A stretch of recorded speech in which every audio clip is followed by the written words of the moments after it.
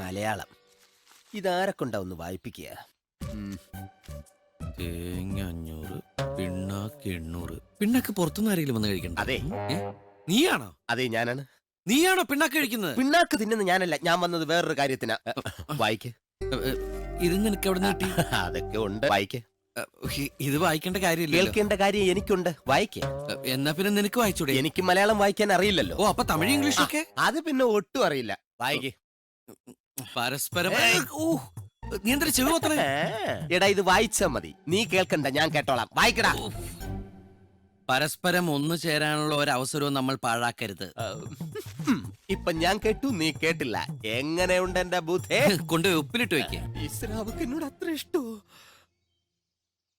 അനുരാഗവിലോചനായി അതിലേറെ മോഹിതനായി പടിമേലെ നിൽക്കും ചന്ദ്രനോ